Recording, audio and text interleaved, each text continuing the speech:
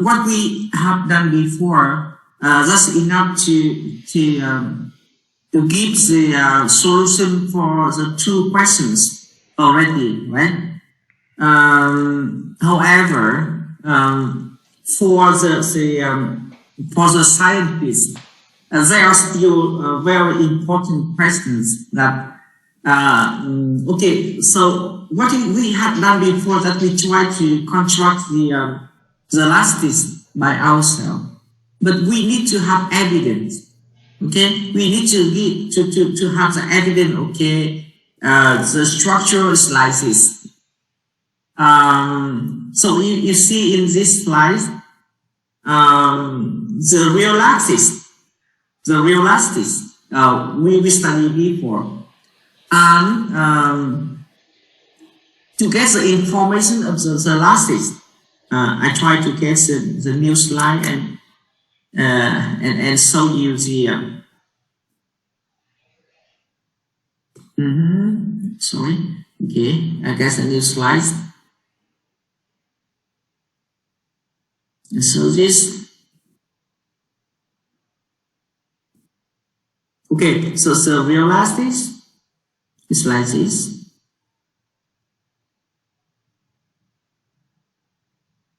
It is the real lattice. Okay. It is a real lattice, and actually about like in the last century, in the years about 1950. In the years 1950, all the scientists they get to know exactly the structure of the crystal, all crystals, and how to know this. And nowadays we have the system like STM or AFM. I want to spend some time to describe. A is an atomic force microscope. Atomic force microscope. This system we have in our department, and I just try to show you how that it works. So for AFM, they have a tip. A tip here, we have the one atom as the tip, okay, as the node of the tip. So they try to keep the distance of the tip with the sample. Here is the structure of the sample, and when the tips are moving in this direction. So when it approaches this atom, and when we move to the next, it's approaching close to this atom, and then when it's moved here, it's close to this atom, and by scanning, okay. So you see that when the atom of the tip get close to one atom, so the force between the interaction force between two atoms at this point is stronger. At this point become stronger with other point. So when scanning, we have the image like this. Okay, we have the image like this. Image of the force. Okay, and when it's moving to 2D, the image like this. So the image of the force, because AFM, atomic force microscope. So we derive the surface of the sample, and we have the image of the original of the atom. But this story is happened in the year of the 2000, okay? Of the year 2000. So not far from right now. But before, the scientists already know very clear about structure of the crystal and how. So they have another measurement is the XRD. XRD is the X-ray diffraction. X-ray diffraction is really powerful techniques to study the structure of the crystal. And how does this work? It's really very simple that the scientists know that the space lattice A here is in order of the atom. Okay? And so they select the X-ray. So when the X-ray focus on the sample, it has the effect of X-ray diffraction. So X-ray diffraction can have the image of the order of the plane of crystal. And when the scientists study the XRD effect, later I will show you. Okay, and they see that the XRD reflect on the plane of the real lattice, but it's a point of other lattice. Okay, the plane of real lattice, but the point of other lattice, and the point of other lattice is the reciprocal. So that's why, as I tell you the story, that's why we have to study the reciprocal crystal to understand a lot of effect of the real lattice. Some students ask me, just because of XRD, so we have to study the new lattice? It's not real, right? But later we will see that reciprocal lattice is really important because it contains a lot of the physical property of the real lattice. So yes, we need to study reciprocal lattice in reciprocal space. Okay, this slide will show you how to contrast the reciprocal lattice, and to make you it makes sense for you to understand, okay, how to contrast the reciprocal lattice in one dimension. But one dimension is easy, but I try to go to this slide. Okay, in 3 dimensions, these 3 dimensions, this easy for you to understand, okay, what is a reciprocal lattice. First, reciprocal. This word is the reciprocal. I try to make the definition. In Vietnamese, it's a down. Okay, so reciprocal lattice. This means we have the real lattice, and we have the unit of the meter or centimeter. Okay, and if we give the reciprocal, also the unit should be reciprocal. It's become 1 meter or 1/centimeter, or another way we have the meters to the power -1 or centimeter to -1. Okay, in the units also have the inversion, or we have reciprocal of the units. Okay, so in principle, if you want to contrast the reciprocal lattice, you should have the 3 basis vectors. It's the same with the real lattice, right? In the real lattice, we need to have the 3 basis vectors, and we have the 3 angle, right? Alpha, beta, gamma, and A1, A2, AB, and to describe the real lattice. And if you want to have to construct the reciprocal lattice, we also need 3 basis vectors, and we also need 3 angles.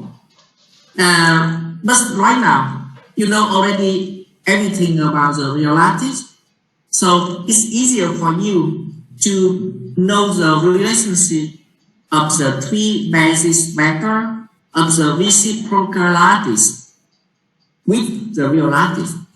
For example, real lattice, we know everything about the A1, A2, A3, right? But again, I add more slides. Okay. Okay. I talk about real lattice. Okay, in real lattice we have the basic vector A1, A2, A3, right? And the relationships of the A1, A2, A3 is the anchor, alpha, beta, and gamma. So whatever we know this information, you can construct the real lattice. We have the vector, right? The real lattice R is equal A1 N1 plus A2 A2, right? And N3 plus N3 A3.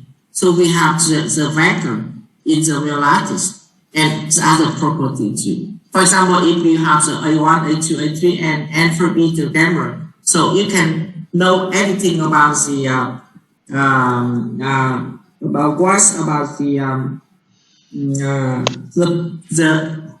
property of the cell. So because from this we have the you can construct the cell, right? Unit cell. Then you know the symmetry property of the cell in the last lecture. Okay, so now it's good that you know everything about the real lattice. So when we have the reciprocal lattice, so it should be better if we get the relationship of the reciprocal lattice with the real lattice. For example, if we have the B1, the unit cell will have the B1, the basic vector, B2, and B3. So it's easier for you to have the relationship with B1, B2, B3 with already know A1, A2, A3. So it's a way we construct the reciprocal lattice. So look at this. Okay, reciprocal lattice will have three basis vectors. And three basis vector also can have the relationship like this. We have B1, we denote it's a star here. B1 should be equal 1 over V. V is the volume, okay, of the real lattice. And the volume is the A1. This denotes the point here. It denotes the scalar product. Okay, and this denotes the cross products for the vector. Okay,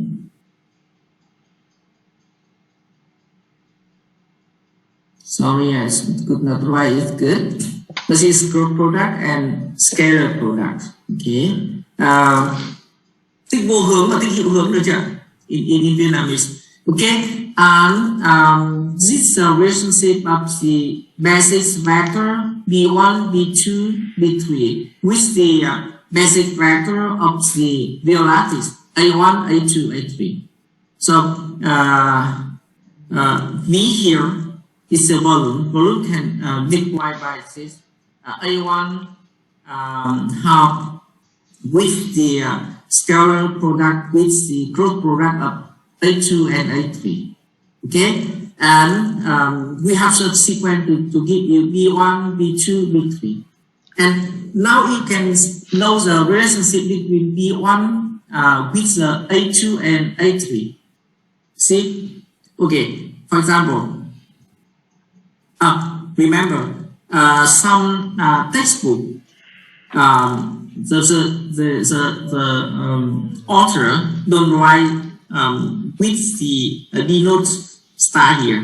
Sometimes not necessarily, okay? In some book is a B instead of the B with the star, okay? Okay, so what's the property?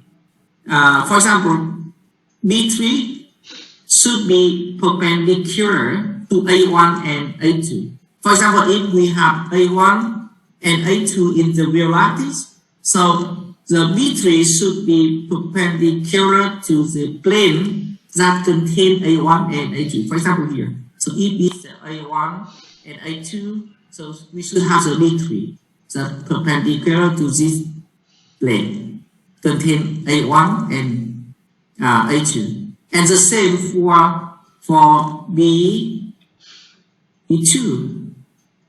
Okay. B2 also perpendicular to A3 and A1. Okay, and B1 is a vector also perpendicular to the A2, A3. Yeah, so now you have information about the A1 is the A1, B1, B2, and B3. So when you know the A1, A2, A3, so you can get the direction of the B1, B2, B3. Remember, B1, B2, B3 is the basic vector for reciprocal lattice. Okay? It can easy to prove this. Okay? It can easy to prove, okay, why B2 is perpendicular to A3 and A1. How to prove this? Anyone have idea how to prove that B3 will perpendicular to the plane of A1 and A2? Anyone here can help me to prove this? By this definition. Okay, so B3 is equal the this cross products of the A1, A2 divided by the volume, right? So if B3 perpendicular to A1 and A2, this means that the cross product, scalar product of the B3, okay, B3 cross product with A1 should be 0, right? Okay, and we can prove this, and B3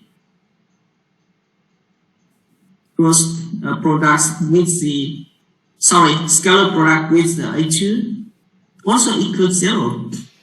Okay, so you can prove by this way, and I think it's easy for you, and you know the definition of the what is a B2, B3, and also for other products B2 and B1. It takes this scalar product and easy to prove this.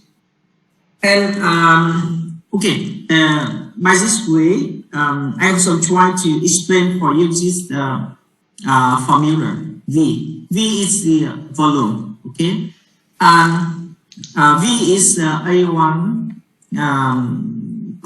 scalar product with the cross product of the A2 and A3. Here is A2 and A3, and I can show you what is the cross product of the A1 with the A2. Okay, I try to explain for you. So A1, A2 in the volume is should be this the area of this product. So this area, okay, and this become one vector. A1 cross A2 become a vector we call is the A star. Okay, so A star is a vector with the volume of this area A1, A2, and the direction should be perpendicular to this, and so should be perpendicular. Okay, so this A star, okay, so A star here, and A star is the vector equals the cross product of the A1 and A2, and the volume gets the volume of this area. So we studied before in high school, right? So I just try to describe how to get the growth and scalar product. Okay. Wow.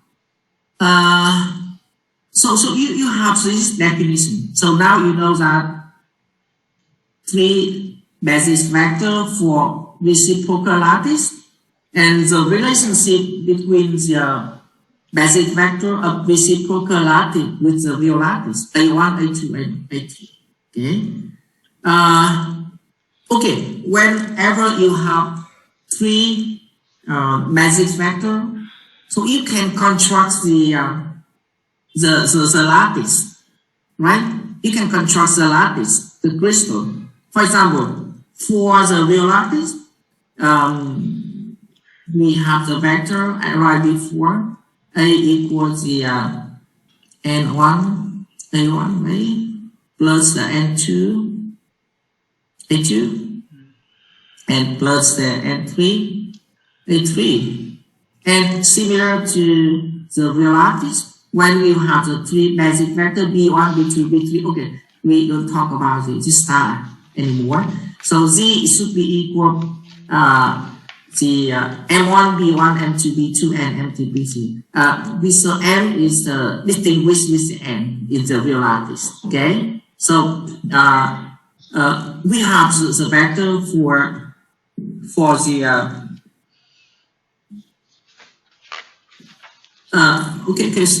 sorry. I just busy for 1 minute to give this signature. Okay. 5 minutes, please.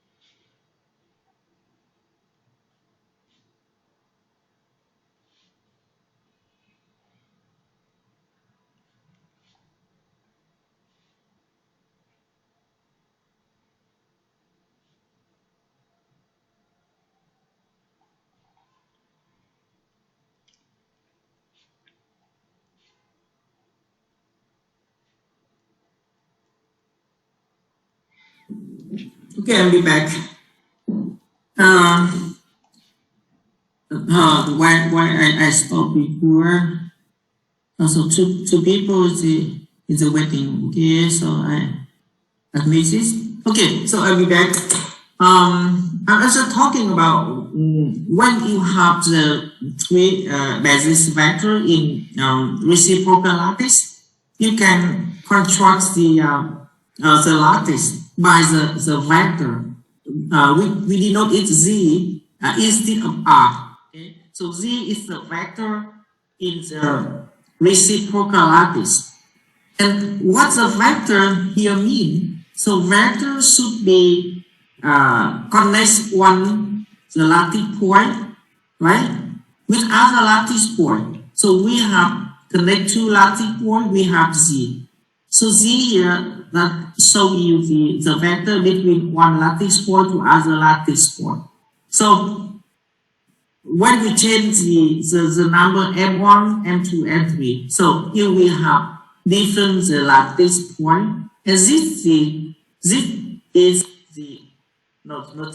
they are the lattice point of the reciprocal lattice, and so it can construct all the lattice point, and you can construct reciprocal lattice. Yeah, it's the same with the real lattice. Okay. Okay. So as a property before, so we have confirmed in this the property of the reciprocal lattice. From now on, we don't need to consider all the unit cell of the reciprocal lattice, because you know the relationship between the real lattice and reciprocal lattice. Okay, the real lattice we studied before, we know all the symmetry property of different cell, 7 system with 14 Bravais lattice. Okay, so now we don't have to study all the symmetry property of the reciprocal lattice anymore. Because we know the relationship between two lattice, real and reciprocal lattice. So now you try to know the property, which means that the relationship between two lattice. For example, A, I, B, Z should be 2 pi. Okay, with the delta I, J. And the delta is the connector symbol. Okay, what's the connector symbol? It becomes 1. Okay, if I equals J. So if I equal J, and becomes 0 if I different from J. So actually this property we proved it before. Okay, so B3 perpendicular to A1 and A2. So B3, this means I here is different with J, right? So different, this means become the delta becomes 0. So we could prove this to be positive property. Okay. And the dimensions of reciprocal lattice vector is L minus 1. Of course, it's because it's the reciprocal, right? 1 over L. It's the dimension of the real lattice L. So the dimension of the reciprocal should be 1 over L or L to the powers minus 1. Okay. And also, when we have the 3 vector of reciprocal lattice, also it has a volume because V prime. Okay. So V prime here should be the same way we construct the volume for the real lattice. B1 scalar product of the cross product of B2 and B3. It also have the cell like before, right? So B1, okay, the B1, B2, B3, right? Okay, so it's the same with the real lattice. So this is the volume of this cell. And the relationship between the volume of the reciprocal lattice and real lattice is 2 pi over V. Okay, so this is the first relationship, and the second relationship. The first relationship between the basic vector, and the second relationship is the relationship of the volume of the real lattice and reciprocal lattice. Okay. Okay, so actually, when you have the relationship, you can define the 3 basic vectors. So you can construct the reciprocal lattice of any real lattice in math. Okay, but there are another way. There is another way. Help you to construct the reciprocal lattice easier. So for other way, but here we just show you one way to define the reciprocal lattice by the property of the reciprocal lattice vector. Okay, so we consider reciprocal lattice vector Z. And you know SKL is the Muller index. You discussed before. So the first we call it theorem. Okay, this theorem can help you the one property of the reciprocal lattice vector. So they say that the reciprocal lattice vector is with the Muller index SKL should be right is B1, KB2, and LB3 is orthogonal to the plane of the real lattice. The plane we have the SKL is the Mueller index of plane in the real lattice. Okay, so let's read this theorem and to understand what's the meaning of this. What's the meaning of this? What information you can have from this before we prove this?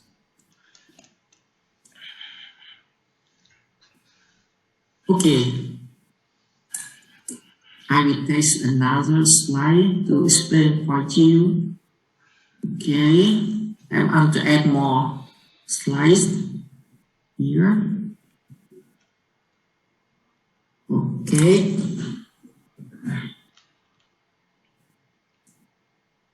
So I try to explain what information you can get from this definition of the first theorem. Okay, so it's talking about the SKL plane, okay, of the real lattice. We talk about this first. So for example, we have this. I take the cubic so it's easier for you to understand. I try to draw the cubic. It's not very good, but it looks like cubic, okay? It's like cubic, right? So it's X, Y, and this, okay? And okay, for example, we'll have consider this plane. So this plane has the Mueller in this. How to write the Mueller index of this? Anyone tell me? Of this plane? This plane. Anyone, please? Is the O10? O10. It's X. It's Y. This. It's X. Okay. It's Y. It's this. So as write it here is should be 100. Yeah, right. 100. Okay. So 100 actually will describe the set of plane perpendicular to it. So the next plane, right? Also have the 100 and next 100 too. So this have the set of this plane.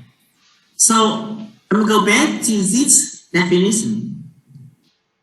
The reciprocal lattice vector Z SKL have the same Mueller index with this plane will orthogonal to the plane. So okay, so anyone can tell me where is the Z? Where is the Z? 1, 0, 0. Yeah, I change the color, okay? I change the color. Okay. Okay, so where's the Z? The theorems tell you the reciprocal lattice vector Z should be orthogonal to the SKL plane. So we have the plane here. So if the Z starts from here, it should be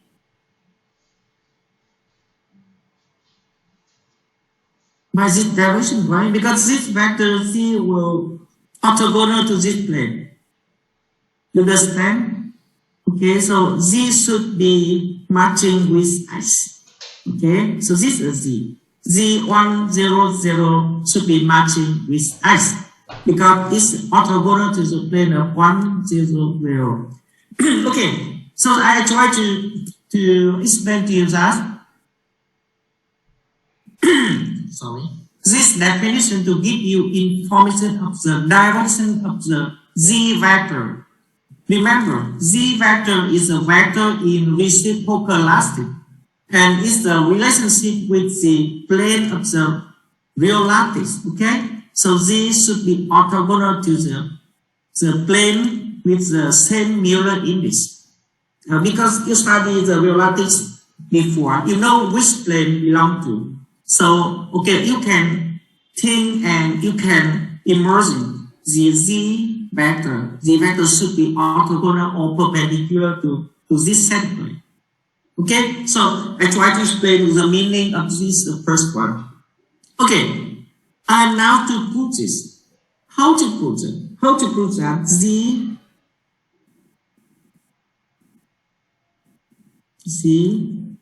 perpendicular to the is KL plane. How to prove one vector perpendicular to one plane? Anyone can help me? Of course, the Mueller index also is KL, right? Okay. Okay, anyone can help me how to prove that one vector perpendicular to one plane? You can turn on the microphone and answer this question. How to prove one vector or one line perpendicular to one plane? I think that we Yeah. yes, I think that we should prove that Yeah. that vector is perpendicular with two vectors in the plane. Two Okay, different very vectors. good. Look. Yeah, right.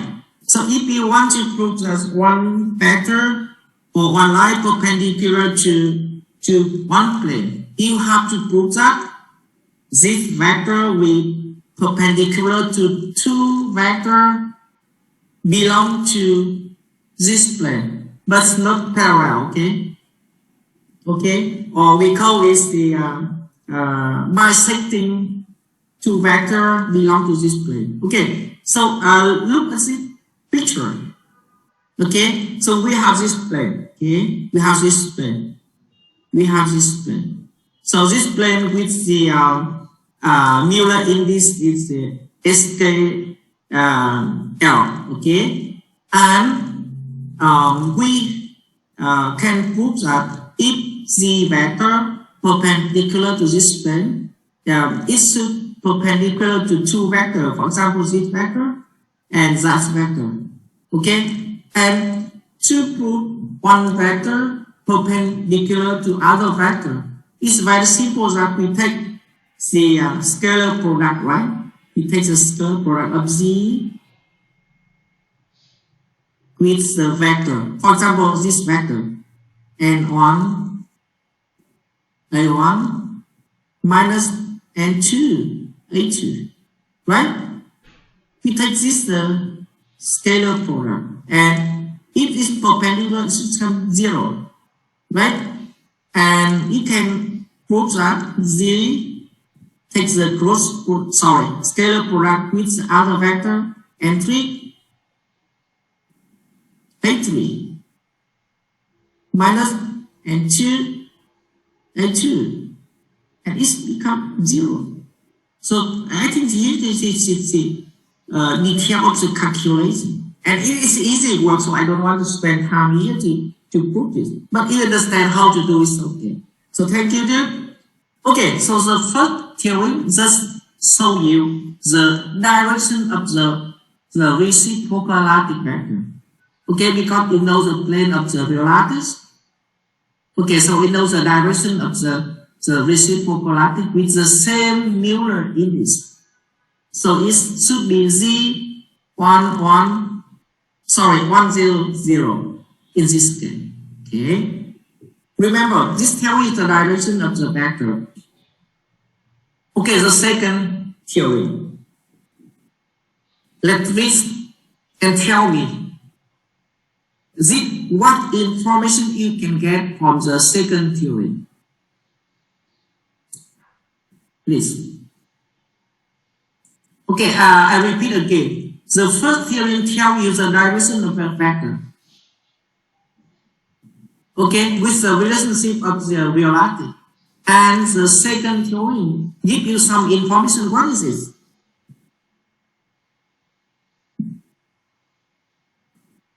What is it?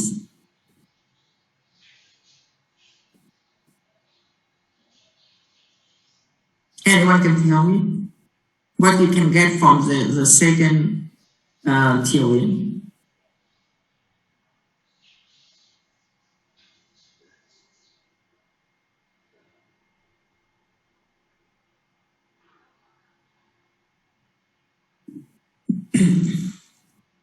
What is this?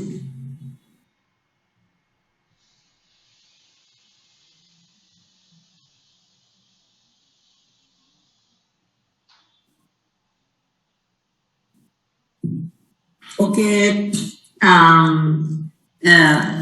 we can read this. Okay, the distance between two adjacent lattice plane DSKL in the SKL set. Set here set of plane. Okay, the plane SKL is the set of parallel plane. Okay, is equal to equal to inverse of the length of the sorted reciprocal z times 2 pi. But okay, look at the equation. Look at the equation. Describe the equation, tell you everything. What is it? So z is KL. Okay. You know what is this? This is the value. Okay. It's the value of the z vector. So z here is the value, right?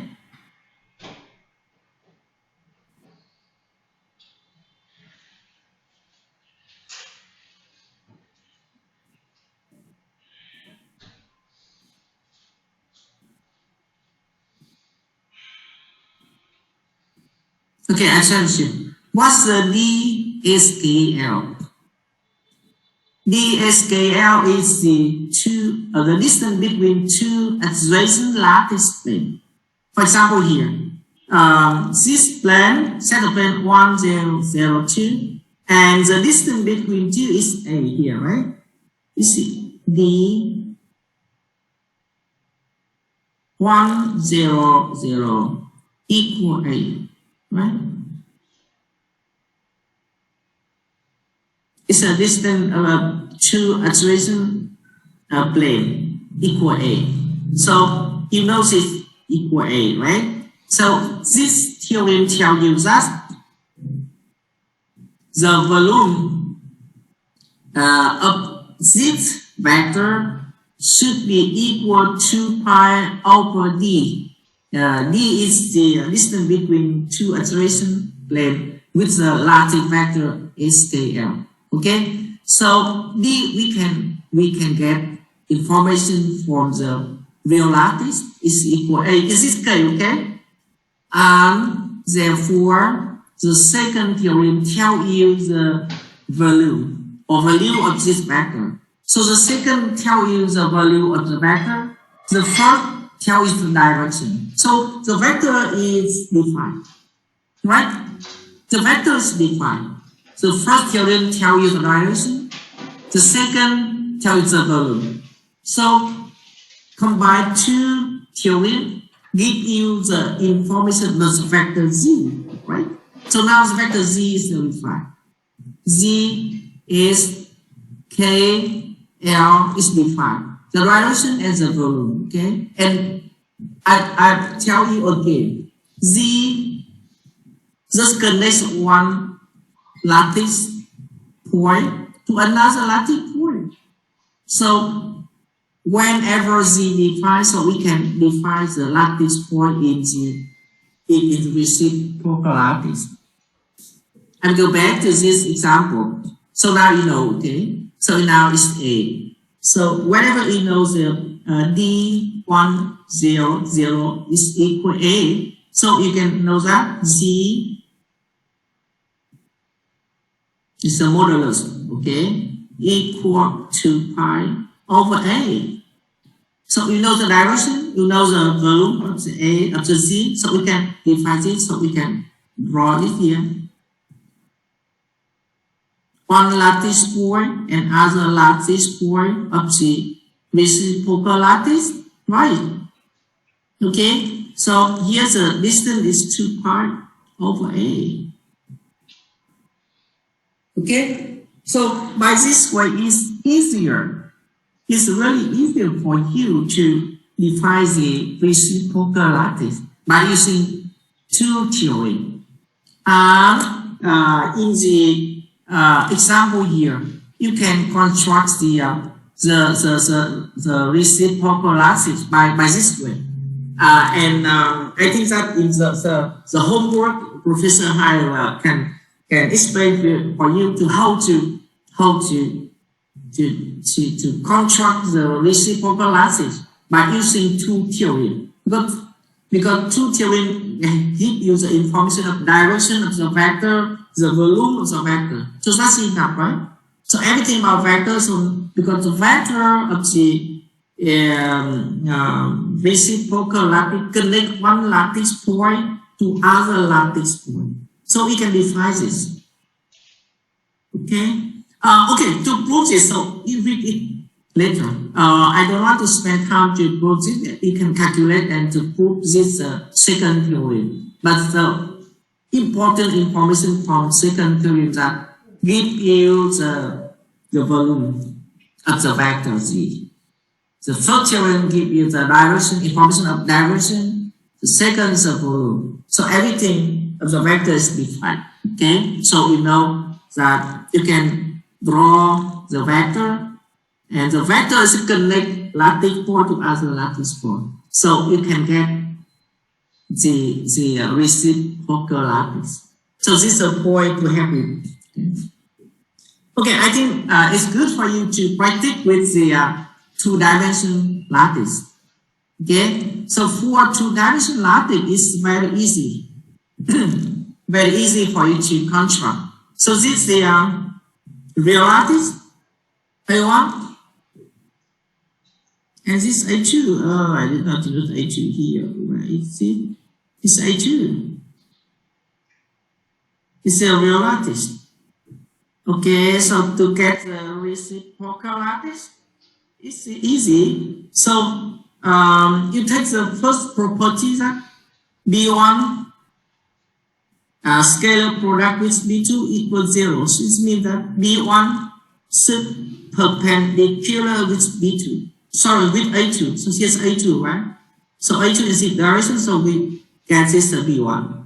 Okay? So B1 is perpendicular to A2. So this we can draw this vector B1 and B2. So B2. The scalar product with the A1 equals 0. So for B2 should perpendicular to A1. A1 here, so we get a B2 here. Right? And the volume of the B1 and B2 should be like 2 pi over A. It's 2 pi over A. And this lattice point, and then we construct this lattice point, right? So this main reciprocal lattice of the real lattice look like this. Okay, B1, B2. And this A1, B2 is also the two-dimensional lattice. Okay, and very important information I want to describe to you is the B-line zone. In the real lattice, you remember that there is one way to describe the unit cell is the Wissner dice. You remember in the real lattice how to construct it?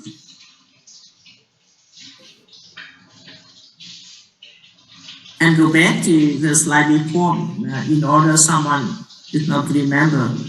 Okay, I stop share this slide and I open the lecture one or two, maybe one to show you the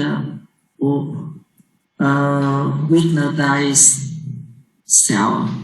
I think related to, right? I think Professor Hyde just control here. Yeah, show you.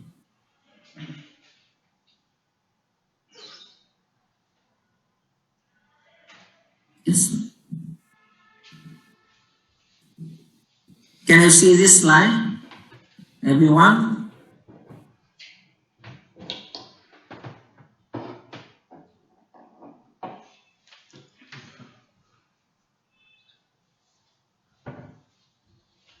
Okay, this with the cells in the real lattice. Okay, and you can get this by draw because it's two-dimensional, so this bisecting line of this lattice point with the neighbor, and the smallest volume of the enclosed by the bisecting line, we call it the Witner cell. For two-dimensional lattice, for three-dimensional lattice, for 3D, this is the bisecting plane. Okay, so we also have the Witner cell. I will show here. It's a three-dimensional 3D. In 3D, it's a bisecting plane and smallest volume enclosed by the plane we call is the Witner cell. And we do the same. We do the same for reciprocal lattice. Okay. We do the same for reciprocal lattice, and we give the name. It's the Brillouin zone. Brillouin zone is very, very important in the future when we study it. And if we have the homework to construct the Brillouin zone, for example here, this Brillouin zone we will have. Okay, the first Brillouin zone, second, and the third Brillouin zone. And remember that the volume of the Brillouin zone is exactly equal to the volume of the zero cell. Remember in Duzas, Witner cell in the reciprocal lattice, and we have the new name, it's the Brillouin zone. And Brillouin zone is for all the physical information of the lattice. I will show you later in other topic, other chapter. Very important. Okay. So this will be the homework. The homework for construct the Brillouin zone. Okay. Okay. So I think it's time for break. It's get for 3 minutes, but we'll be back at exactly 10. Okay, 10 o'clock to start the chapter 2, and the remaining of the chapter 1. Actually, it's the homework, and Professor Hai will spend time for to guide you to finish the chapter 1, and the next hour we will study the chapter 2. Okay, well, I'll be back at 10 o'clock. Thank you. Thì nhắc lại một chút với các bạn, đó là chúng ta vừa tìm hiểu cái nội dung là mạng đảo. Thế thực ra thì với nguyên tắc là mạng đảo không là mạng thật, đúng không ạ? Vì đơn vị của nó là nghịch đảo của cái đơn vị chiều dài, có thể mét hoặc cm. Thế thì thực ra thì cái mạng thuận ấy, cái mạng thực ấy, mạng thuận là mạng thực của mạng tinh thể mô tả chúng ta đã tìm hiểu rồi, và đã trả lời câu hỏi nó như thế nào rồi. Thế nhưng cái vấn đề đặt ra là không phải tự nhiên người ta vẽ ra mạng đảo. Như tôi trao đổi với các bạn thì thực tế mà nói thì từ những năm 30, thế kỷ trước 50 người ta đã rất rõ về cấu trúc tinh thể thực rồi. Thì muốn rõ đây bằng cách là ta phải lấy thông tin từ cái tinh thể thực, mà những cái phép đo gần đây thì mới giúp chúng ta là thấy được lên mạng thực nó như thế này này. Những phép đo phân giải rất là cao, thì cái việc đấy là cái việc của bây giờ. Thì trước đây người ta tìm hiểu cái mạng tinh thể bằng cách nào để lấy thông tin thực nghiệm của nó, có bằng chứng là đấy nó cấu trúc như thế thật, vì phải thuyết phục người ta phải có bằng chứng. Thế thì có rất nhiều cái phép đo, trong đó phép đo nhiễu xạ X là một trong những phép đo mà vô cùng hữu dụng và đến bây giờ vẫn dùng để xác định bằng tinh thể. Thế thì cái phép đo nhiễu xạ X thì với các cái lớp chất lượng cao học ấy thì sẽ phải đi theo con đường nhà nghiên cứu đấy. Nghĩa là nhiễu xạ X là gì, và khi mà thực hiện cái phép tính toán về nhiễu xạ X thì người ta mới thấy rằng là cái hiện tượng nhiễu xạ nó xảy ra trên mặt phẳng mạng đảo, nhưng là trên mặt phẳng mạng thuận nhưng trên nút mạng đảo. Đấy, trên nút mạng đảo. Và cái việc đó chúng ta vừa chứng minh vừa xong đấy, nghĩa là có liên quan giữa cái mặt phẳng của mạng thuận, đúng không, với cái phương với chiều của phương của vector mạng đảo.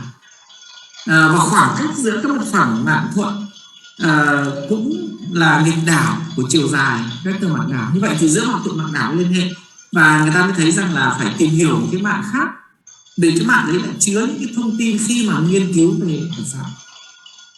Và thầy đã nói rồi là cái việc mà không phải chỉ giải thích được sau này khi mà chúng ta học các cái tính chất khác ấy, của mạng đảo ấy, thì của vật rắn ấy, thì khi mà nghiên cứu các cái tính chất thì ta thấy rằng là hóa ra các tính chất đấy nó nằm ở trong mạng đảo hết. Ví dụ như vùng vi loanh chẳng hạn mà nãy vừa giới thiệu với các bạn ấy, thì các cái tính chất cũng nằm trong vùng vi loanh khi mà chúng ta xây dựng mạng đảo. Thế thì và như vậy lý do là phải tìm hiểu cái mạng đảo thực sự, phải xây dựng nó, và xây dựng nó thì chúng ta thấy là chúng ta không cần thiết là phải tìm hiểu từng tính chất đối xứng của mạng đảo nữa, bởi vì mạng đảo thực ra là chúng ta xây dựng từ mạng thuận, và như vậy thì chỉ cần biết cái mối liên hệ giữa mạng đảo và mạng thuận là chúng ta có thể hiểu mạng đảo gì, vì mạng thuận đã biết hết về nó rồi, đúng không? Và như vậy thì chỉ cần xây dựng thôi. Ví dụ như là nếu là B1 là vector cơ sở, B1, B2, B3 thì giữa B1, B2, B3 liên hệ thế nào với A1, A2 là có thể xây dựng được mạng đảo. Tuy nhiên thì trong mạng thuận nó có một việc thế này, là chúng ta không chỉ có ô cơ sở, ô sơ cấp, đúng không? Ô cơ sở không phải ô sơ cấp đâu, bởi vì người ta chọn thêm các nguyên tử để đổi cái ô sơ cấp đi thành cái ô không phải là ô sơ cấp nữa, để nó chứa thêm một nút mạng. Cái việc đó là việc rất là khó để dùng 3 vector cơ sở để xây dựng cái mạng đảo. Và chính thế trên là chúng ta tìm hiểu hai cái định lý. Hai cái định lý này vô cùng hữu dụng. Thì thứ nhất ấy, là cho chúng ta biết thông tin là cái vector mạng đảo có chỉ số Miller là HKL này, nó sẽ vuông góc với các mặt phẳng mạng thuận có chỉ cùng chỉ số Miller. Mà mặt phẳng mạng thuận có chỉ Miller chúng ta biết rồi, chúng ta đã xác định rồi. Và như vậy thì từ mạng thuận chúng ta thể xây dựng được cái phương của vector mạng đảo. Bây giờ muốn xác định mạng đảo mà biết phương rồi thì còn phương quan trọng là độ lớn. Thì độ lớn sẽ cho biết là chiều dài của vector, và xem là chiều dài vector là gì, là vector mạng là nối một nút mạng này với nút mạng kia. Và như vậy thì biết được phương, biết được độ lớn thì có nghĩa là xác định nút mạng đảo, đúng không? Và như vậy định lý thứ hai này sẽ giúp chúng ta biết được độ lớn của vector mạng đảo. Nó bằng nghịch đảo của cái khoảng cách giữa các mặt phẳng mạng thuận có cùng chỉ số, có các mặt phẳng mạng thuận có cùng chỉ số Miller. Đấy. Thế thì hai cái thông tin vô cùng quan trọng để xây dựng cái mạng đảo. Và trong cái bài tập về nhà chắc chắn là có một cái bài tập là có một cái ví dụ đã được xây dựng rất là rõ trong sách, trong tài liệu để các bạn đọc. Và nghĩa là mạng đảo của mạng là phương tâm mặt, là phương tâm khối ngược lại, thì cái phần ngược lại mà không được chứng minh đấy chính là cái phần bài tập. Thì các bạn sẽ làm cái bài tập đấy, và thầy Hải sẽ trước bài tập sẽ nói rõ hơn cách xây dựng mạng thuận mạng đảo thế nào đúng không, để chúng ta thực hành. Và trong cái phần mà ở trong này thì có một cái mạng đảo hai chiều ấy, thì chúng ta đã chứng minh thử là mạng đảo của mạng thuận hai chiều cũng là mạng hai chiều V1, V2, và chúng ta có thể xây dựng được cái ô Whitner dice mà trong mạng đảo. Ta làm Whitner dice trong mạng thuận, nhưng trong mạng đảo làm như thế, và tên của cái ô đấy là vùng vi loanh. và chúng ta sẽ có vùng quanh thứ nhất, vùng quanh thứ hai, và nhớ rằng là thể tích của vùng vi loanh này chính bằng thể tích của cơ sở, được chưa? Đấy thì các tính chất mạng đảo như vậy. Thế còn cái phần sau là cái phần mà khi xây dựng chúng ta sẽ đọc nhé, mạng 3 chiều rồi là xây dựng sẽ đọc, và trong cái phần bài tập thì chúng ta sẽ trình bày ở trong đấy. Và thầy Hải sẽ nhắc lại cái nội dung liên quan đến bài toán nhiễu xạ từ x mà lúc nãy thầy vừa trình bày, cái nguồn cơn mà tại sao nhà khoa học bắt buộc phải tìm hiểu cái mạng đảo, nhưng sau hóa ra là mạng đảo sẽ dùng rất nhiều trong các bài toán lần sau nữa, được chưa? Như vậy thì cái nội dung của chương 1 sẽ dừng ở đây. Còn số phần sau bài tập thì chúng ta sẽ làm rõ ở trong đó. Nội dung chương 1 sẽ dừng ở đây, và còn một số phần bài tập chúng ta sẽ làm tiếp. Thì nhắc lại là trong toàn bộ cái phần của nội dung chương 1 thì chúng ta trả lời được 2 câu hỏi, và thực tế là câu hỏi thứ 3 phải trả lời là câu hỏi thứ nhất là các nguyên tử tại sao lại đứng lại với nhau, thì có cái lực liên kết, đúng không? Và câu hỏi thứ hai là thế đứng với nhau như thế nào, đứng nhau như thế nào, và chúng ta tìm hiểu cái mạng thực của tinh thể bằng cái tính chất đối xứng. Và câu hỏi thứ ba là làm thế nào để thu được bằng chứng, thông tin thực nghiệm về cái sự sắp xếp các nguyên tử. Thì câu hỏi đó gián tiếp phải trả lời chính là chúng ta phải xây dựng cái mạng đảo, bởi vì cái mạng đảo là cái mạng mà sẽ chứa thông tin khi chúng ta nghiên cứu các tính chất của vật rắn. Như vậy thực tế là 3 câu hỏi đã được trả lời trong chương số 1, được chưa? Trước khi sang chương 2 thì các bạn có câu hỏi gì không? Là câu hỏi gì ở chương 1 không?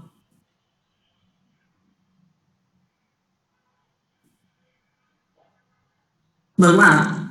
Các bạn có câu hỏi gì về nội dung của chương 1 không? Có chỗ nào cần phải trình bày, chỗ nào chưa rõ về mặt nội dung, về mặt bản chất thì các bạn có thể hỏi.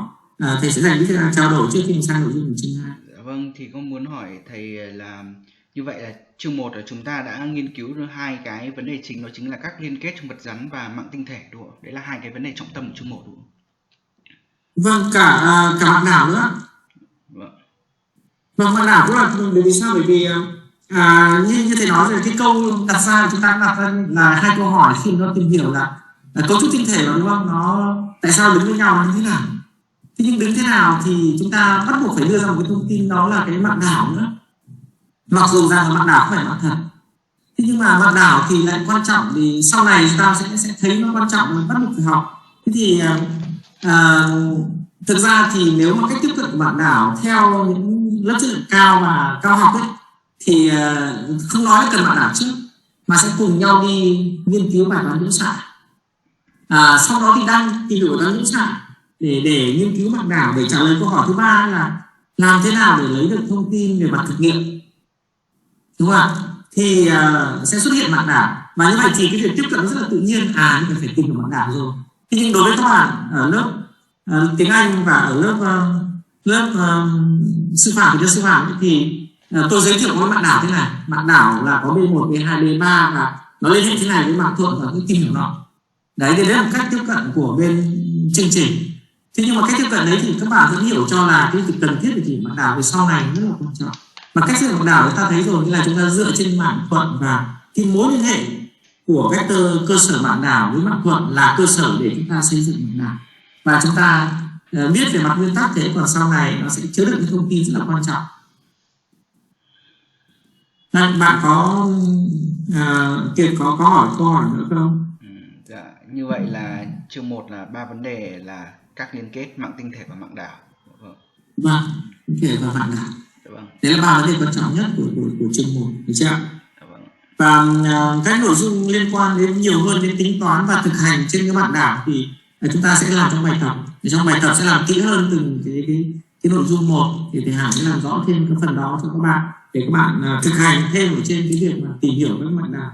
Ở trong textbook có một cái ví dụ về mạng đảo xây dựng rồi, đúng không? Chúng ta cũng đọc rồi, chắc chắn là thầy Hải sẽ hướng dẫn ta kỹ hơn xem là cái xây dựng như thế nào để chúng ta sinh thành mạng đảo.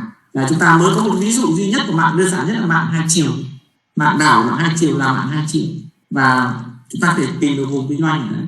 Và vùng kinh doanh thứ nhất, thứ hai, thứ ba thì cũng là cái bài tập. Ở trong cái nội dung bài tập thì Hải sẽ chia với các bạn nữa. Các bạn khác có câu hỏi được không? Kiệt có câu hỏi nữa không? Dạ không ạ. Các bạn khác câu hỏi nữa không?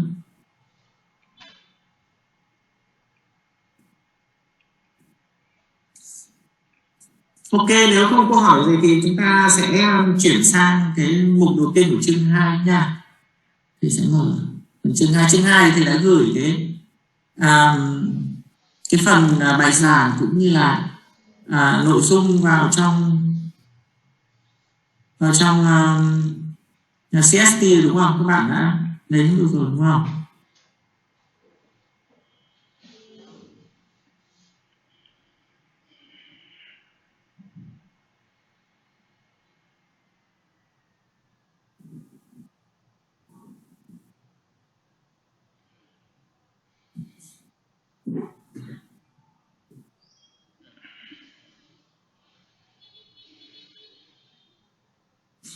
Ok, thế thì có lẽ là để cho nó tiện giới thiệu chương 2, thầy sẽ giới thiệu một cách ngắn gọn bằng những việc trước để chúng ta nắm được cái nội dung của cái phần chương 2 này trước khi mà sẽ vào cái bài giảng thực tế nhá.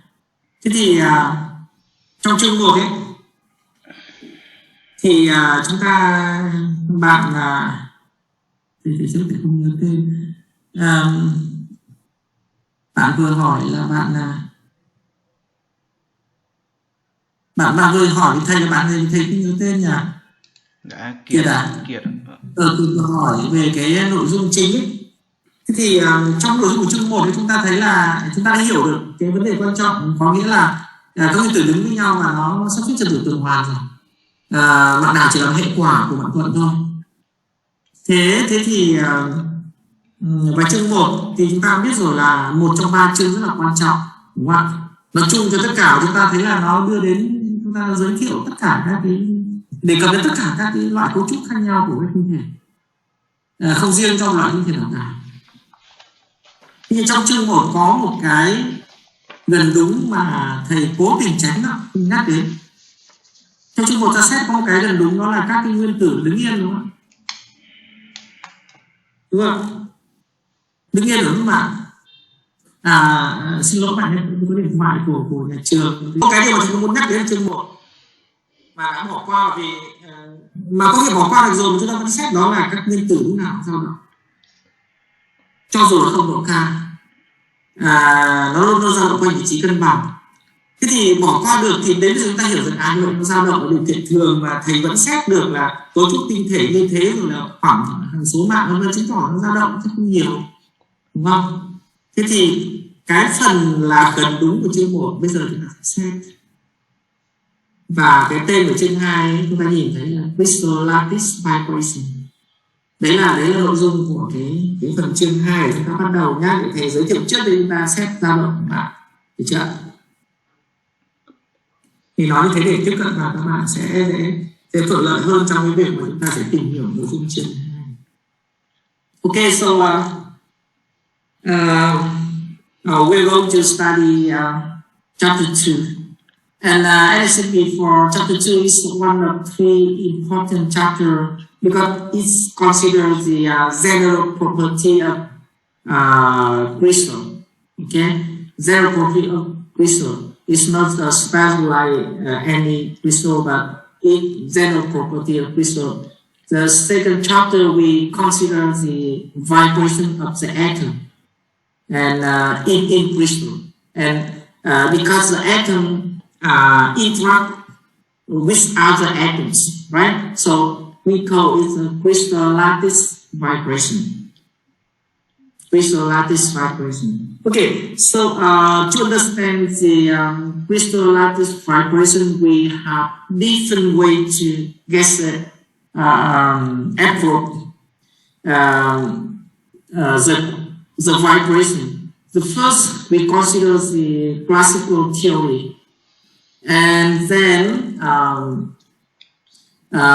we after understand the classical physics, and so this means that using classical physics, we can understand the lattice vibration. And the second way, we use a quantum mechanical physics.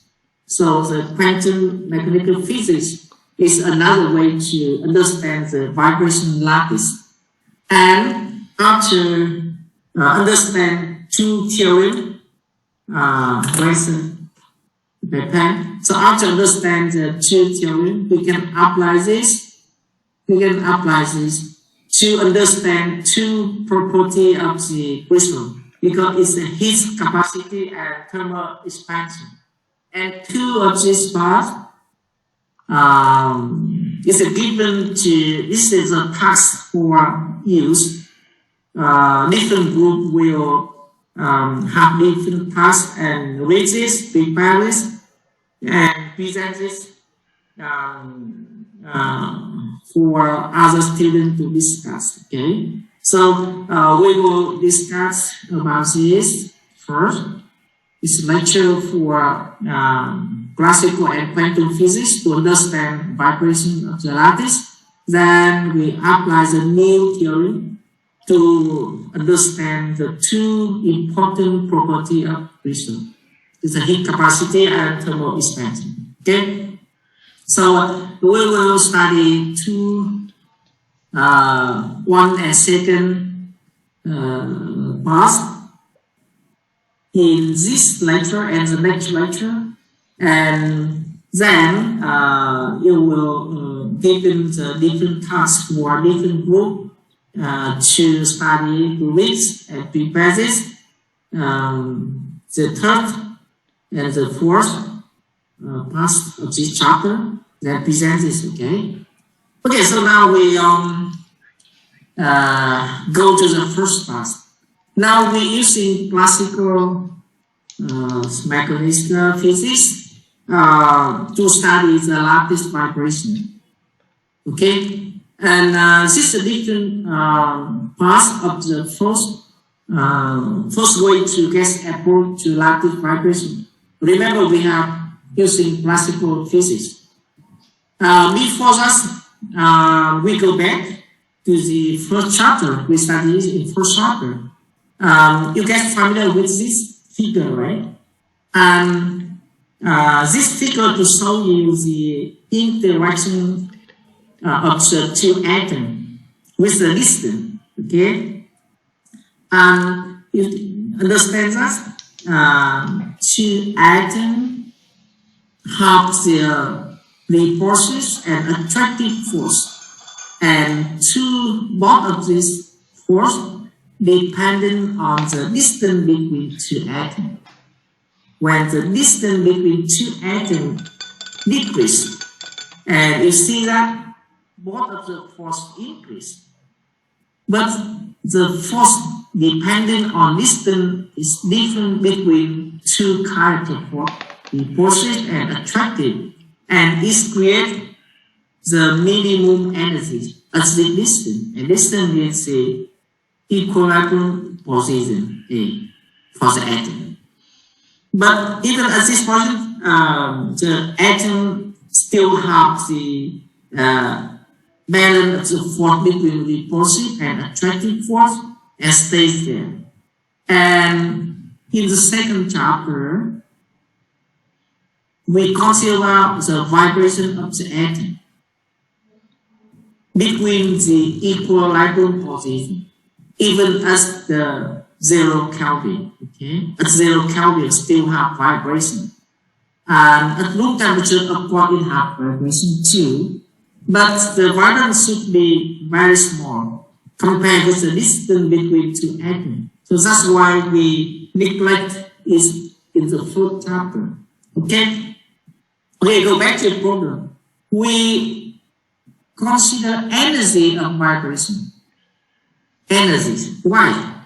Because we are talking about we consider classical physics to understand the vibration, right? And now we consider energy. Why? Why we need to understand energy? What for? Okay? I will show you. Okay, because it's classical physics.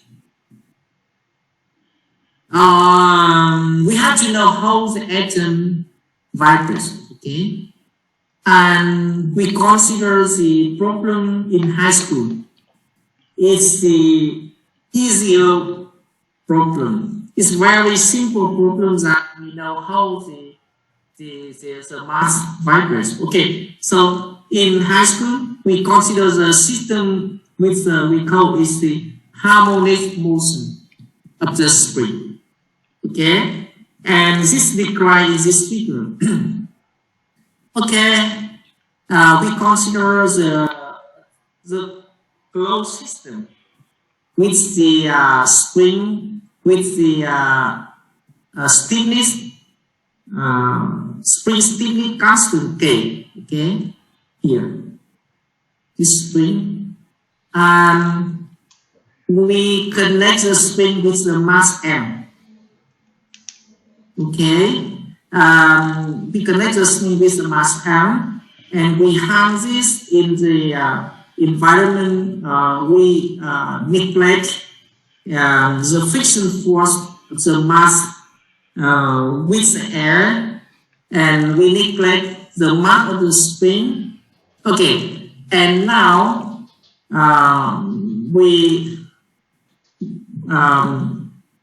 okay, so at the equilibrium position, the mass M at this position acts here. Okay, so we act the force on the mass in this direction and release the mass. Then the system will have the motion, and because the friction force of the air we neglect, so we have the harmonic motion of the mass. We learned this problem when in high school, right? Okay, so for system we can write the equation of the force. We call it F here is equals minus K with H. Okay, H is the displacement of the spring or of the mass. So F is the equation of the force as minus Kh, and F is the M as the second derivative equal minus Kh, right? And we can rewrite this the ice M ice, or sorry, we call it X plus K over M ice equals 0. And this equation can be right here with omega equal the root of the K over M. Okay, and then we have this equation, and we know the omega is the frequency of vibration. Okay, so this problem you solve this in high school. Okay, by solving this force equation. Remember, we consider the system in classical physics, right? So in classical physics, you have to solve the force equation. Okay? And using this equation, you can get the frequency. And from the equation, you know frequency. This means you know how the mass or how the system motion. Okay, how systems moving, and you know the frequency. So this is the problem, but this is a very simple problem because the system has only one mass connect with the spring. Is closed system. Okay, and we the name is the hook lower, and the motion we call the harmonic motion, and it requires in the let me go back to here. It is right here. This harmonic, so we have the harmonic motion. You see? Oh, I'm sorry, I could not. Sorry, harmonic is parabolic describe. Okay, it's not harmonic. Okay, but here we have the harmonic motion of the spring. Okay, so if we consider this point, very easy. But our system is so like this. Why? Because we have so many atoms. See, for example, if we consider this atom, if only 2 atoms lies here, so it has a repulsive and attractive. So we can consider, okay, 2 atoms is connected by string, right? It connected by string with a constant K.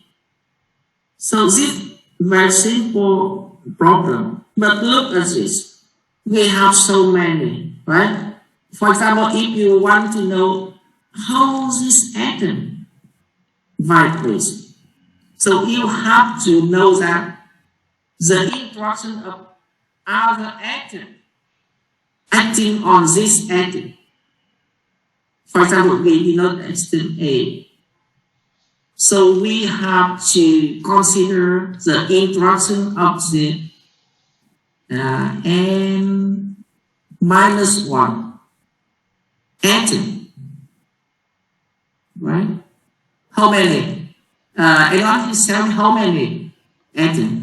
For example, if we consider 1 centimeter cup of the copper, it's considered about the number of the 10 to minus 23 or 26 atom.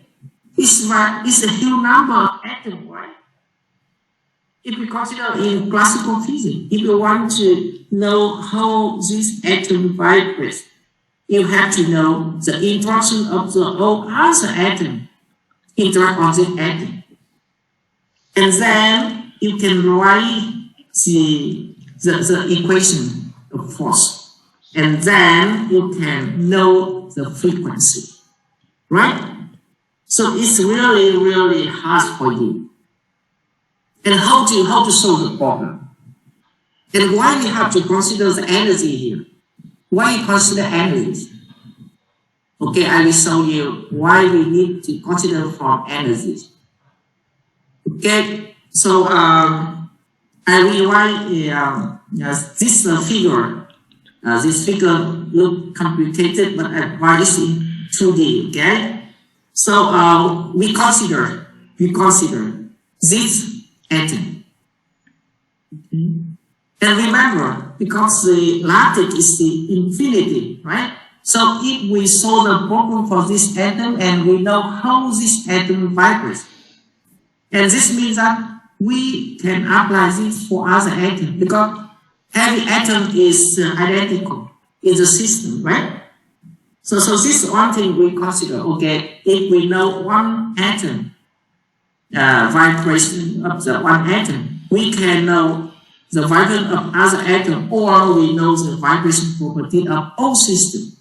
Okay, we consider this. So this atom can denote as a vector Rn. Okay, the atom number n and denoted by the vector, the lattice vector Rn, and because now the atom is vibrating.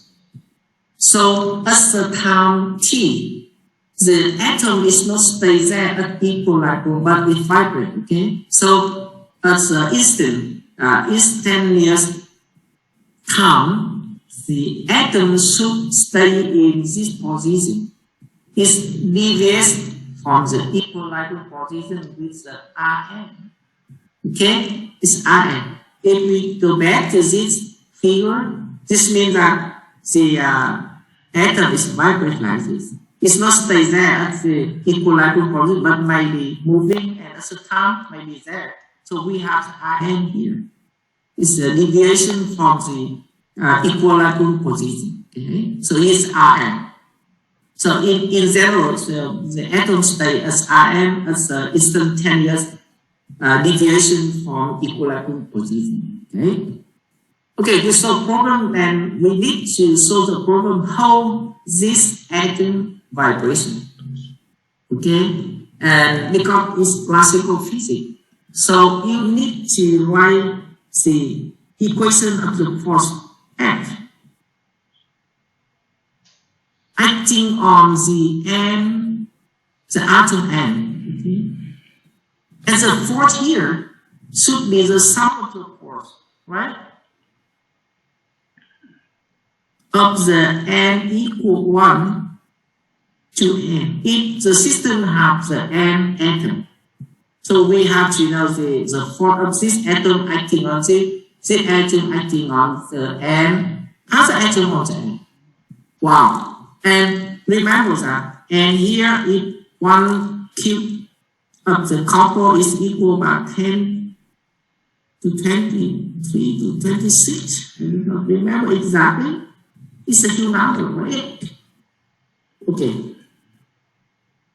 Now we will know that why we consider energies. Okay.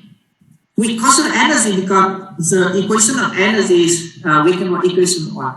So the energy should be equal to K plus U. So K plus U, K here is the kinetics. We know some kinetics energy. Kinetic energy is divided by the m is a velocity, right? Or 1/2 m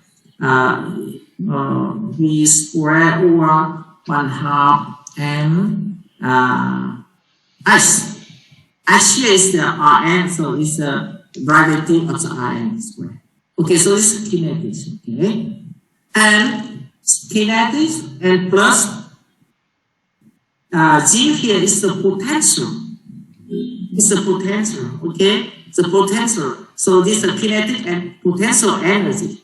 So kinetics contain in the energy and potential contain energy. And if we know the potential, you can get the force, because F here should be minus gradient of U. Wow, right? So whenever you know the potential, you can get the force. And why is the force? Because the equation of the force is very important in this case. So whenever you know the equation of the force, you can know the frequency and you know how the system vibrates, right? So I try to explain to you why we approach the problem by the way to know the energy of the vibration. So because in the energy, vibrations contains the potential. And from this term of the equation, if we can find this, you can get the equation of the force. And from this equation, you can solve this equation and get the omega frequency. Okay? So this is the point. Why we consider the energy. Okay, now we go to solve the problem. Okay, now we know that this term potential is very important.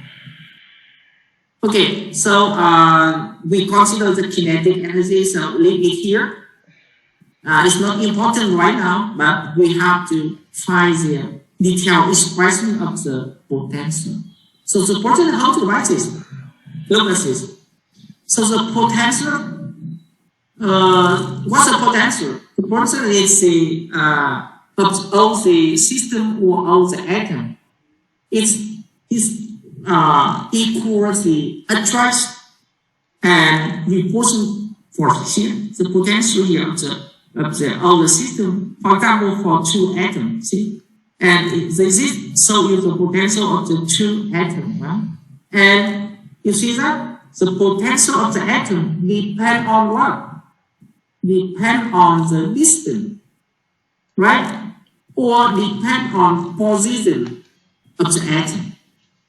So you see that the potential can express like depend on the position L1, L2 to Ln. And what's L here? L is the position of the atom here. When it's vibrate, so the Ln is the denote the position of the atom when it's vibrate.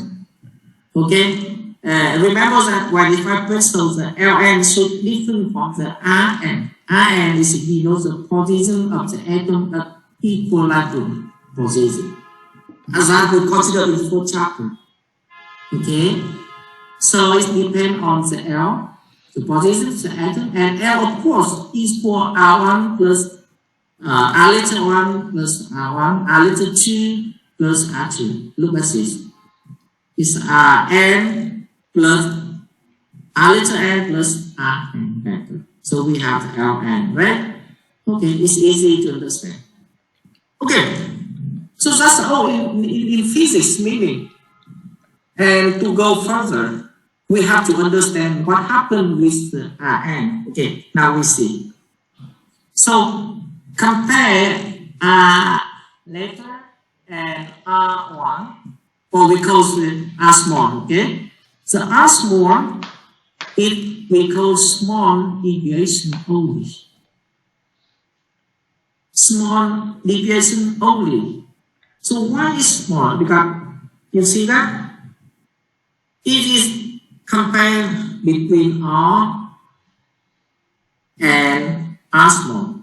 So R small should be much less than R. That we can neglect it in first chapter, right?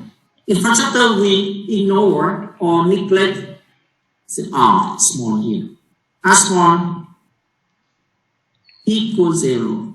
So this means that L n equal Rn.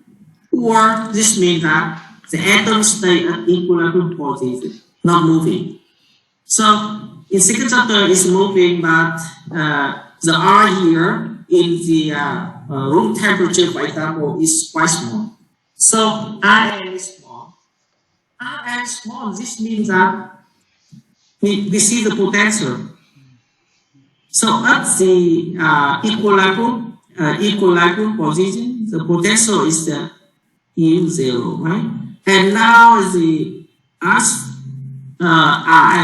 is small, so it's moving. So it's moving, so the potential should be changed.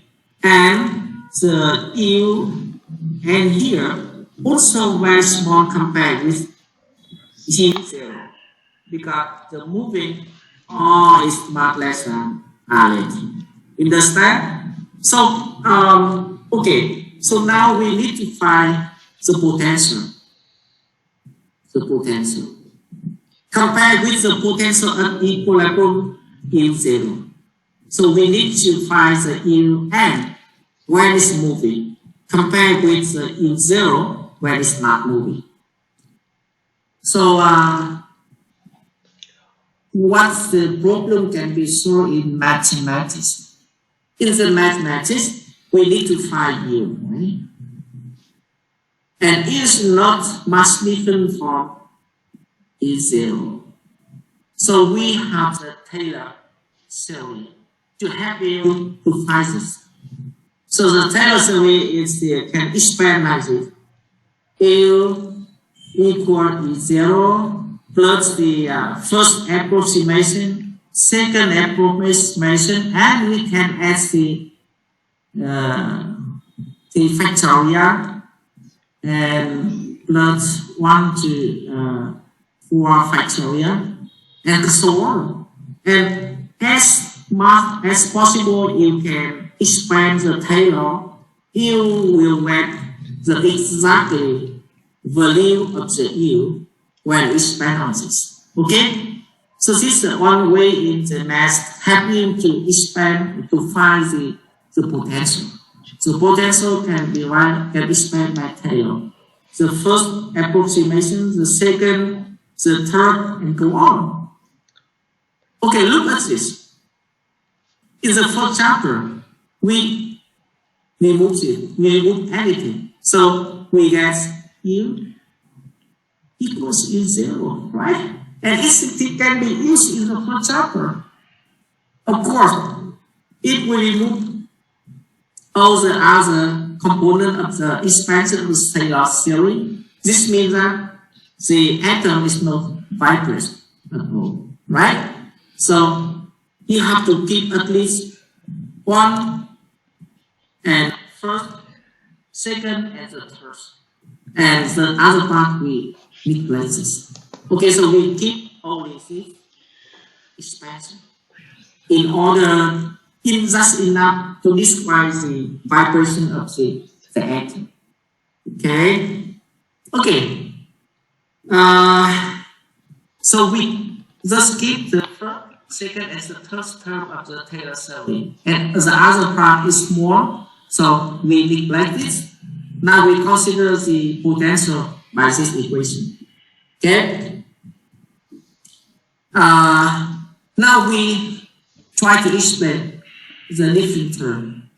So R small here, Rn, what is it? Rn is the deviation of the atom from the equilibrium position, right? Look at the figure, R here. R is the deviation, right? Deviation of the atom from the equilibrium position. And we have the answer. Answer here, this means 3 dimensions in 3D. Okay, here. Answer is 1, 2, 3, 4, 3 dimensions x, y, z. Okay, so this is clear, right? And this is the first derivative of the potential with the distance. Is the second derivative of potential with the distance of the n and m atom. N for n meters, that's the 3 components of the x, y, z, I said before. Okay, so you understand everything in this equation, right? It takes an assumption of the n, of the Tn, because we have the n atoms. N from 1 to 3, and also beta from 1 to 3. Okay, and this is the deviation of the atom N and atom M, right? Okay, and we take the derivative at the equilibrium position. So we denote it 0 here. 0 here. Okay. Remember, we still keep the equation at the because U equal T0 is not vibration at all. So we have the first and second term, we call second order. So we stop at second order. So this means that we still consider the potential here is the harmonic approximation only. Harmonic approximation. But you remember that the potential of the real system is not unharmonic. You look at it, it's unharmonic. Okay, so in approximation we keep it is harmonic only because we keep the second term, and the third and other term we neglect this. Okay, okay. Remember we consider as the equilibrium, right? And we look at this position. So this the we call it the fourth derivative of potential. So the fourth derivative of potential as the equilibrium position should be 0. Okay, so the first term equals 0. See, look at it. The first term equals 0. Okay, because it's the equilibrium at the minimum. You see that?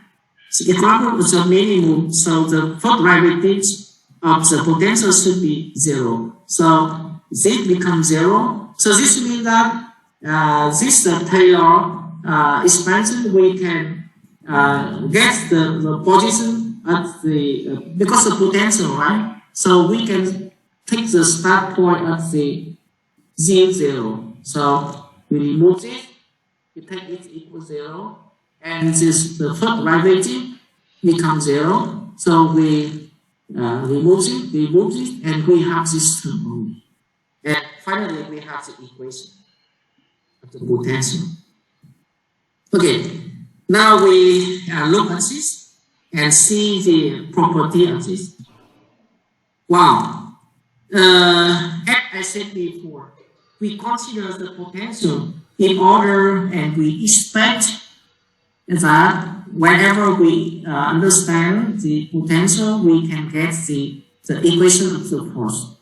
So now, what's anything we can do with the potential, we get this term Okay, so now we can take this force equation and see that. So we can get the derivative of the potential with the deviation of the atom M. So we can get this equation. Fm equal sum of the answer, because 3 dimension of the second derivative of potential with respect to the distance of the N and L atom with R and answer. Okay, look at this. Look at the equation. Is this all we want to get? Answer is yeah. Okay. So what is it? This equation of the force, equation force acting on the atom M due to, see, N equal 1 to the N. So due to the other atom, right? Right? It's due to other atom because N equal 1 to the N. And N is the deviation of other atom because N runs from 1 to the N. So what we want before? Right? What we want before? We want to, let's say before. We want to know the force acting on the M atom. It's M atom. Due to other atom acting on this. And this equation requires exactly, right? See? Yeah. So the beta component of the force acting on the atom M due to other atom. See? And it will run from 1 to the N with the deviation of the other atom. Wow.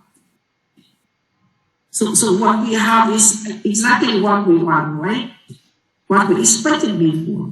Okay, this is really important equation, so we need to understand in detail. Sorry that it's over time, but I try to take maybe 5 minutes more before end of this lecture, okay?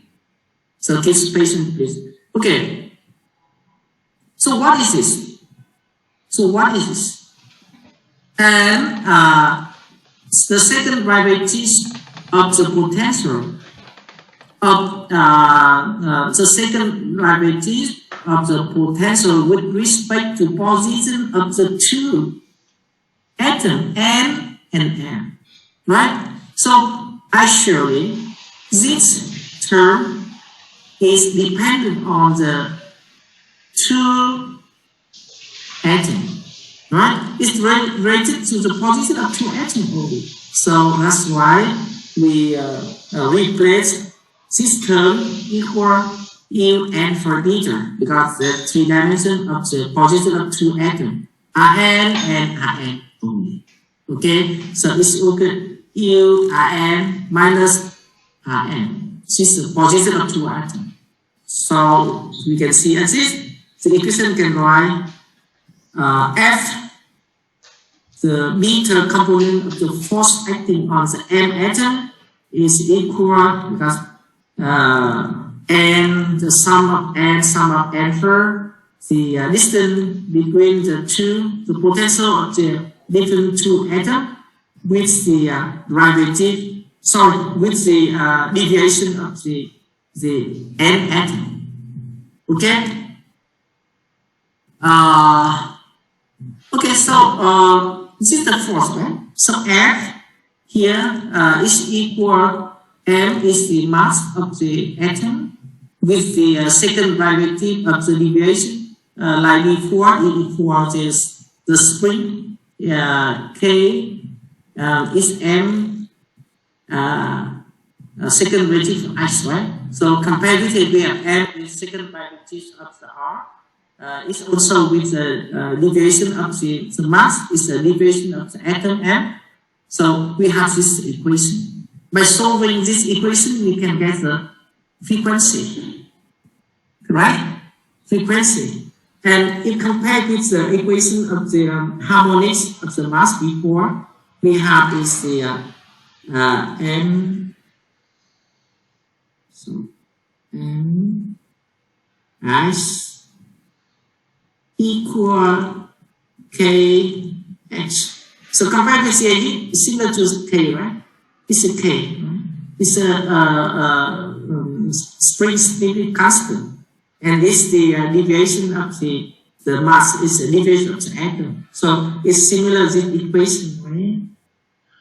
Yeah, but because we have the huge number of atoms, so actually to solve this problem is not easy because we consider n from 1 to 3 and from 1 to n. So we have 3n equation.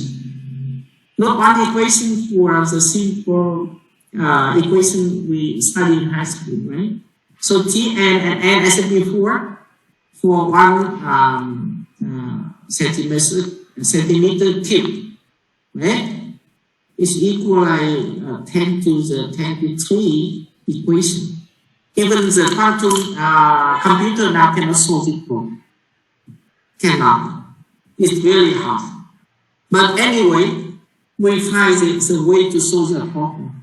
And we need to apply different approximation again to solve this problem. Because we could not solve the set of equations with 3n equation.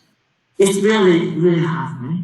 But anyway, we have zero equation. We call it the zero force equation, help you to find the frequency. Okay? Okay, for the approximation, we will study in next lecture. In next lecture, we will solve this equation, zero equation with different approximation, and we can know exactly frequency in different case. Okay? Look now. Okay, so thank you. We stop the lecture here today. In the next lecture, we will solve this set of equations with approximation. Make it easier. Make it simple, and we can solve this and to find the frequency of the vibration in the classical physics. Ok, chúng ta kết thúc cái giờ giảng này đây. Vậy chúng ta đã bắt đầu vào chương 2 đúng không ạ? Và xét đến dao động mạng, và chúng ta thấy là bắt đầu bài toán không đơn giản vì nó rất là hệ rất nhiều hạng. Và chúng ta đã tìm ra là bằng cổ điển, chúng ta đã tìm được con đường để viết được phương trình lực rồi. Và phương trình lực ở đây là một hệ phương trình rất là lớn, và chúng ta sẽ phải dùng các phép đường đúng tiếp để giải phương trình này để xem được nguyên tử cái m này dao động thế nào. Và nhắc lại, nếu biết nguyên tử m dao động thế nào thì chúng ta biết tất cả, vì nó chẳng có gì khác nhau giữa các nguyên tử nếu như mạng của chúng ta là vô hạn, đúng không? Ok, chúng ta dành khá nhiều thời gian để giải cái bài toán, vì đây là cái bài toán rất là quan trọng để chúng ta hiểu được cái cách viết được cái phương trình dao động trong cái trình độ tổng quát. Cái phần này có ai hỏi gì không? Có thấy cái chỗ nào khó hiểu không? Thầy sẽ nhắc lại bằng tiếng Việt sau trong cái chương sau để nhắc lại các bạn tiếng Việt. Hôm nay thì không nhắc lại nữa. Các bạn câu hỏi gì trong cái phần 1 của chương 2 không? Trước khi nghỉ giải lao, trước khi chương nghỉ hết rồi.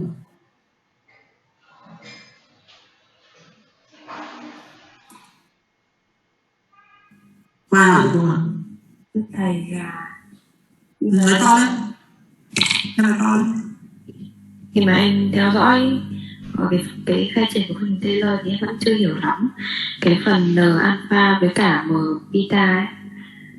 Và khi phải hỏi thì nói được chứ đúng không? với cả ok, khi mà khai triển Taylor ấy thì bây giờ thế này nhá, thứ nhất là thầy nói khai triển Taylor để các bạn hiểu này. Bắt đầu từ cái việc mà tại sao phải dùng Taylor để khai triển thì nó chứ không phải lúc nào cũng dùng được, đúng không? Chứ bây giờ cái chúng ta cần tìm là cái gì? Cái chúng ta cần tìm là cái thế năng của nguyên tử khi nó dao động, đúng không?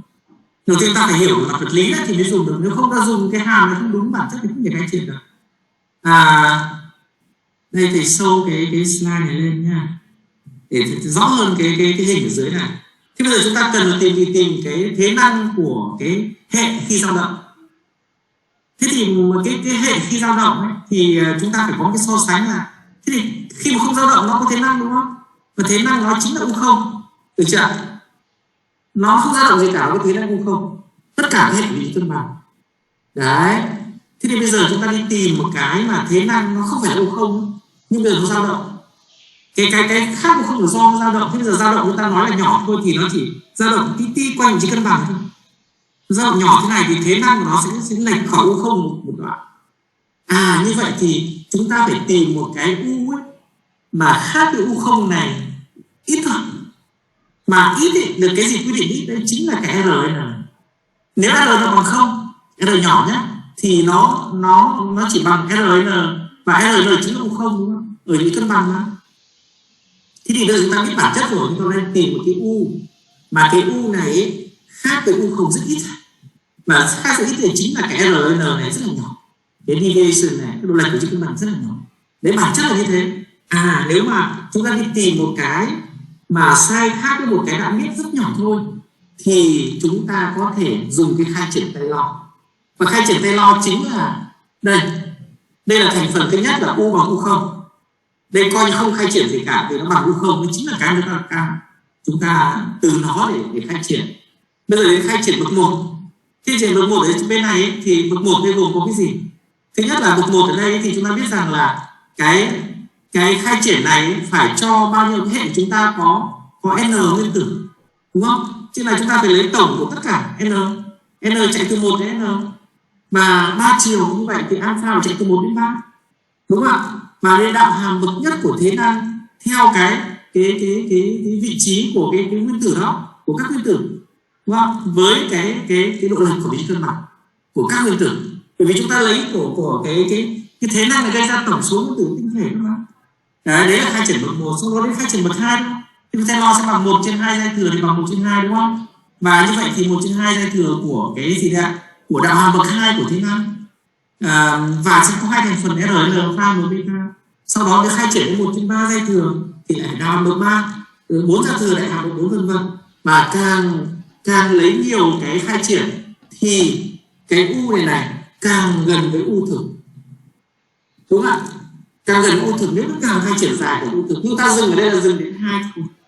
Và 2 là dao động điều hòa, và như vậy cái thế năng này nó sẽ điều hòa. Cái này có thể dùng được ở chỗ nào? Ta nhìn cái đường này nó không phải là parabol, nhưng nếu chúng ta xét ở gần đáy này thì nó càng giống parabol, và như vậy thì nó cần đứng điều hòa qua các cái tình huống khác. Đấy, thế thì các bạn hiểu cái dùng là mỗi khai triển trong toán phải hiểu được ý, còn nếu không thì không biết nó là khai triển thế nào. Và dùng ở Taylor đây được khi mà chúng ta biết rằng cái chúng ta cần tìm sai khác với cái u không này rất ít thôi, rất nhỏ thôi.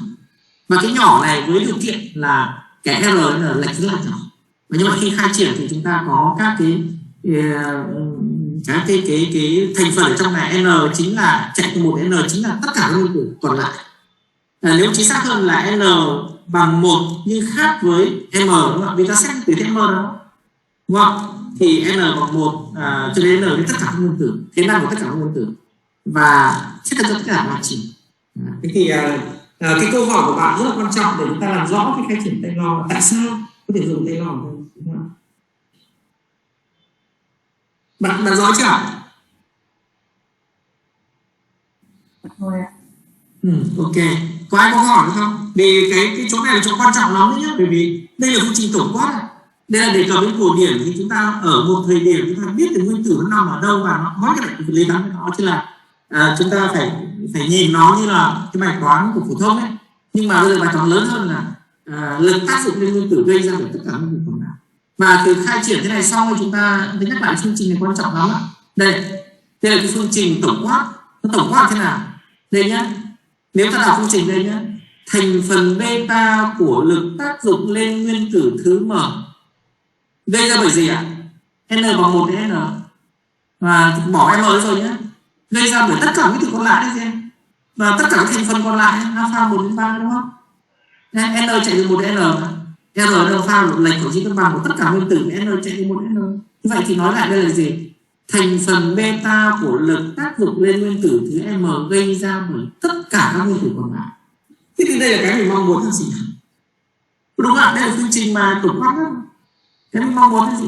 Tôi cần xem lực của tất cả các thằng còn lại tác dụng một thằng là bao nhiêu, thì giải phương trình này thì tìm được cái thằng đó cũng nào, đúng không ạ?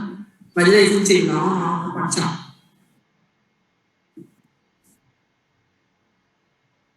Các bạn rõ chưa ạ? Có câu hỏi nữa không? Có câu hỏi nào liên quan đến phần này không? Vì cái này là chìa khóa để các bạn làm mọi việc giải bài toán tiếp theo trong buổi sau đấy.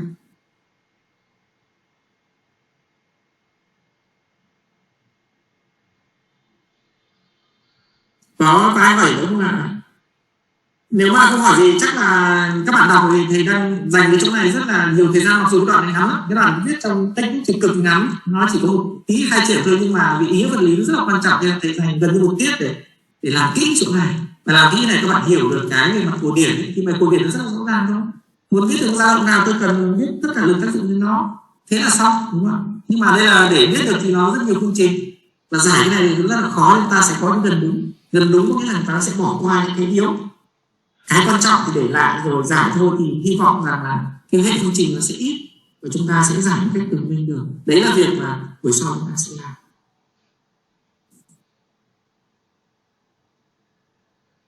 Ok, có ý kiến nữa không các bạn?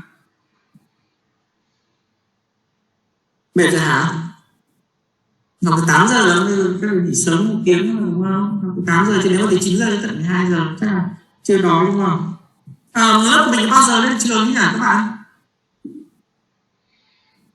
Bao giờ thì lên giảng đường học đấy, lên khoa học các bạn? Em thầy là 2 ạ. 28 mới lên à? Vâng ạ. Như vậy thì buổi sau bắt học online đúng không? Vâng đúng ạ. Cái buổi sau online thì tốt rồi, buổi sau online và sẽ có nhiệm vụ. Sau buổi sau thì bắt đầu có nhiệm vụ, như vậy thì các bạn có cơ hội lên bảng trình bày khi mà về trường rồi, đúng không? Tốt rồi, ok. Nếu không có hỏi gì nữa thì chúng ta kết thúc buổi học này đây nhá. Và cũng 8 giờ thứ tư tuần sau chúng ta lại gặp nhau để giải quyết cái bài toán này nhỉ. Rồi, bye bye các bạn. Chào thầy ạ. Em chào thầy ạ. Em chào thầy ạ. Em thầy ạ. Em chào thầy.